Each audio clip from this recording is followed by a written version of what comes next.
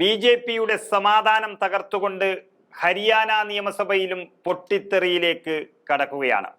ബി.ജെ.പിയുടെ സംസ്ഥാന അധ്യക്ഷൻ ബലാത്സംഗ വീരനെന്നും മുഖ്യമന്ത്രി മറ്റു പാർട്ടിക്കാരുടെ തോഴനെന്നും വിളിച്ചു പറഞ്ഞ് ബി.ജെ.പിയുടെ ഉന്നത നേതാവും മന്ത്രിയുമായ അനിൽ വിജ് രംഗത്ത് വന്നിരിക്കുകയാണ്. അതിനെ തുടർന്ന് അദ്ദേഹത്തിന് കാരണം കാണിക്കൽ നോട്ടീസ് അയച്ചിരിക്കുകയാണ് ബി.ജെ.പി നേതൃത്വം. ബി.ജെ.പിയുടെ സംസ്ഥാന അധ്യക്ഷൻ മോഹൻലാൽ ബദോലിക്കും മുഖ്യമന്ത്രി നയബ് സിംഗ് സൈനിക്കുമെതിരെയാണ് പ്രമുഖ നേതാവ് അനിൽ വിജ് പരസ്യ പ്രസ്താവന നടത്തി രംഗത്ത് വന്നത്. പ്രസ്താവനകളിൽ 3 ദിവസത്തിനകം മറുപടി നൽകണമെന്നാവശ്യപ്പെട്ടുകൊണ്ട് ബി.ജെ.പിയുടെ ഹരിയാന ഘടകം പ്രമുഖ നേതാവായ മന്ത്രി അനിൽ വിജിന് കാരണം കാണിക്കൽ നോട്ടീസ് നൽകിയിരിക്കുന്നത് തന്നെ ഹരിയാന ബി.ജെ.പിയെ ഞെട്ടിച്ചിരിക്കുകയാണ്. തെരഞ്ഞെടുപ്പ് പ്രചരണ വേളയിൽ പാർട്ടിയുടെ പ്രതിച്ഛായ നശിപ്പിച്ചതിനെ കുറിച്ചുള്ള ആശങ്കകൾ ചൂണ്ടിക്കാട്ടിയാണ് ഹരിയാന ബി.ജെ.പി അധ്യക്ഷൻ ബദോലി മറുപടി ആവശ്യപ്പെട്ടിരിക്കുന്നത്. നിങ്ങൾ അടുത്തിടെ പാർട്ടി അധ്യക്ഷനും മുഖ്യമന്ത്രി സ്ഥാനത്തിനുമെതിരെ പരസ്യ പ്രസ്താവനകൾ നടത്തിയതായി അറിയുന്നുവെന്നും ഗുരുതരമായ ആരോപണങ്ങളാണിവ. പാർട്ടിയുടെ നയത്തിനും ആഭ്യന്തര അച്ചടക്കത്തിനും എതിരാണ്. അതുകൊണ്ട് അനിൽ വിജ് എന്ന മന്ത്രി 3 ദിവസത്തിനകം മറുപടി നൽകിയില്ല എങ്കിൽ ശക്തമായ തീരുമാനത്തിലേക്ക് കടക്കുമെന്നാണ് പാർട്ടി കത്തിലൂടെ അറിയിച്ചിരിക്കുന്നത്. ഹരിയാന മുഖ്യമന്ത്രി നയബ് സിംഗ് സൈനിക്കെതിരെ അനിൽ വിജ് പുറത്തുവിട്ടത് ഇങ്ങനെയാണ്. അതായത് മുഖ്യമന്ത്രി നയബ് സിംഗ് സൈനിയുടെ സുഹൃത്തുക്കൾക്കൊപ്പം കണ്ട തൊഴിലാളികൾ കഴിഞ്ഞ വർഷം സംസ്ഥാന നിയമസഭാ തെരഞ്ഞെടുപ്പിൽ തന്നെ പരാജയപ്പെടുത്താൻ ഒരു സ്വതന്ത്ര സ്ഥാനാർത്ഥിക്കൊപ്പം പ്രവർത്തിച്ചു എന്നാണ് അനിൽ വിജ് പറയുന്നത്. നയബ് സിംഗ് സൈനിയുടെ സുഹൃത്തെന്ന് സ്വയം വിശേഷിപ്പിക്കുന്ന ആശിഷ് തയാൽ നയബ് സൈനിക്കൊപ്പമുള്ള നിരവധി ചിത്രങ്ങൾ ഫേസ്ബുക്കിലൂടെ അനിൽ വിജ് പുറത്തുവിട്ടു. നിയമസഭാ തെരഞ്ഞെടുപ്പിൽ ആശിഷ് തയാലിനൊപ്പം കാണുന്ന അതേ പ്രവർത്തകർ തന്നെ ബി.ജെ.പിയുടെ എതിരാളിയായ ചിത്ര സർവർക്കൊപ്പവും കാണപ്പെട്ടു എന്നും അനിൽ വിജ് തെളിയിക്കുകയാണ്. ഈ ബന്ധത്തെ എന്താണ് വിളിക്കുന്നതെന്നും തയാൽ എന്ന വ്യക്തി ഇപ്പോഴും മുഖ്യമന്ത്രിയുടെ ഏറ്റവും അടുത്ത സുഹൃത്താണെന്നും അതിനാൽ ആരാണ് അദ്ദേഹത്തെ ബി.ജെ.പി സ്ഥാനാർത്ഥിയെ എതിർക്കാൻ പ്രേരിപ്പിച്ചതെന്ന ചോദ്യം ഉയർന്നു വരുമ്പോൾ അത് മുഖ്യമന്ത്രിക്ക് നേരെ തന്നെയാണ് വിരൽ ചൂണ്ടുന്നത്.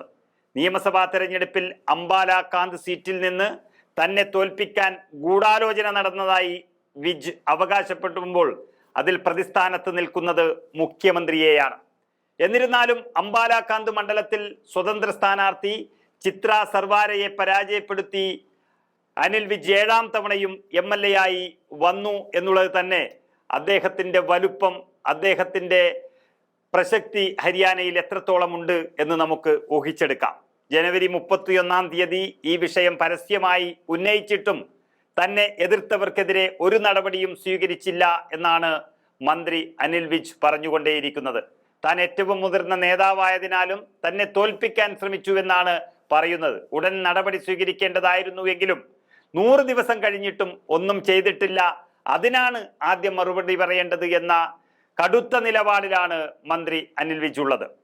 നമ്മുടെ മുഖ്യമന്ത്രി ചോപ്പറിൽ നിന്നിറങ്ങാത്തത് കൊണ്ടാണ് അങ്ങനെ സംഭവിക്കുന്നതെന്നും അധികാരമേറ്റ ദിവസം മുതൽ അദ്ദേഹം ചോപ്പറിൽ തന്നെയാണ് ഇരിക്കുന്നത്, ഇറങ്ങിയാൽ ജനങ്ങളുടെ കഷ്ടപ്പാടുകൾ അദ്ദേഹം കാണും, ഇത് തൻ്റെ മാത്രമല്ല എല്ലാ MLA-മാരുടെയും ശബ്ദമാണ് എന്ന ശക്തമായ മുന്നറിയിപ്പാണ് അനിൽ വിജ് നൽകിയിരിക്കുന്നത്.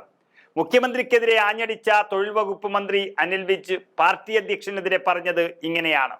അധ്യക്ഷൻ ബദോലി ബലാത്സംഗ വീരനാണ്. സംഭവത്തിൽ ഹിമാചൽ പ്രദേശ് പോലീസ് അന്വേഷണത്തിൽ നിരപരാധിയാണ് എന്ന് തെളിയുന്നതുവരെ പാർട്ടിയുടെ വിശുദ്ധി നിലനിർത്താൻ ആ ബലാത്സംഗ കേസിൽ പ്രതിയായ അധ്യക്ഷൻ ബദോലി സംസ്ഥാന ബി.ജെ.പി അധ്യക്ഷ സ്ഥാനം രാജിവെക്കണമെന്നാണ് അനിൽ വിജ് ആവശ്യപ്പെട്ടിരിക്കുന്നത്. ബദോലിക്കും ഗായകൻ റോക്കി മിത്തലിനും എതിരെ ബലാത്സംഗ കുറ്റം ആരോപിച്ച് ഒരു സ്ത്രീ ഉൾപ്പെടെ 6 പേർക്കെതിരെയാണ് കഴിഞ്ഞയാഴ്ച കേസ് കൊടുത്തതും അതിൽ ഹിമാചൽ പ്രദേശ് പോലീസ് കേസെടുത്തതും. കൊള്ളയടിക്കൽ, ക്രിമിനൽ ഭീഷണിപ്പെടുത്തൽ എന്നിവയ്ക്കും ഇതിനോടൊപ്പം തന്നെ കേസെടുത്തിരിക്കുന്നു. അങ്ങനെ ഒരു ക്രിമിനലിനെയാണ് ബി.ജെ.പി അധ്യക്ഷ സ്ഥാനത്ത് വെക്കുന്നത്. അത് പാടില്ല എന്നുള്ള പരസ്യമായ വെല്ലുവിളിയാണ് മന്ത്രി അനിൽ വിജ് നടത്തിയിരിക്കുന്നത്. ഏതായാലും 4 മാസം മാത്രം പ്രായമായ ഹരിയാന സർക്കാരിൽ ഉണ്ടായിരിക്കുന്നത് വൻ പ്രതിസന്ധിയാണ്. അനിൽ വിജ് എന്ന നേതാവ് ചെറിയ പുള്ളിയല്ല, മുൻ ആഭ്യന്തര മന്ത്രിയാണ്, നിലവിൽ തൊഴിൽ വകുപ്പ് മന്ത്രിയാണ്. വലിയൊരു സമൂഹത്തിന്റെ BJP പ്രവർത്തകരുടെ ആവേശം വിതയ്ക്കുന്ന നേതാവ് കൂടിയാണ്. മുഖ്യമന്ത്രി സ്ഥാനത്തേക്ക് ഏറ്റവും യോജിച്ച മുതിർന്ന നേതാവായ അനിൽ വിജിന് കേന്ദ്ര നേതൃത്വം ഒതുക്കുകയായിരുന്നു. ഏതു നിമിഷവും പുറത്തു ചാടാൻ സാധ്യതയുള്ളൊരു നേതാവായി അദ്ദേഹം ഇപ്പോൾ മാറിയിരിക്കുകയാണ്. മാത്രമല്ല, കുറഞ്ഞത് 15ഓളം MLA-മാർ അദ്ദേഹത്തിനൊപ്പം ഉണ്ട് എന്നതാണ് പുറത്തു വരുന്ന വാർത്തകൾ. ഇനി രാജിവെച്ചാലും ജയിക്കാൻ കഴിയുന്ന സീറ്റുകളിലെ MLA-മാരെ രാജിവെപ്പിച്ച് പ്രതികാരം ചെയ്യാനും അദ്ദേഹം മടിക്കില്ല എന്നുള്ളതാണ് പുറത്തു വരുന്ന വാർത്ത. കേവല ഭൂരിപക്ഷത്തിന് വെറും 3 സീറ്റുകളുടെ വ്യത്യാസം മാത്രമാണ് BJPക്കുള്ളത്. ആകെയുള്ള 90 സീറ്റുകളിൽ 48 സീറ്റുകൾ മാത്രമാണ് BJPക്കുള്ളത്. 46 സീറ്റുകൾ കേവല ഭൂരിപക്ഷത്തിന് വേണം. എന്നിരിക്കെ കോൺഗ്രസിന് 37ഓളം MLA-മാരുണ്ട്.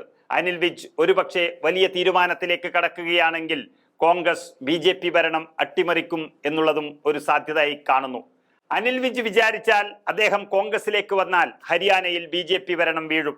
അതിനുള്ള തക്കം പാർത്തിരിക്കുകയാണ് അദ്ദേഹം എന്നാണ് അറിയുന്നത്.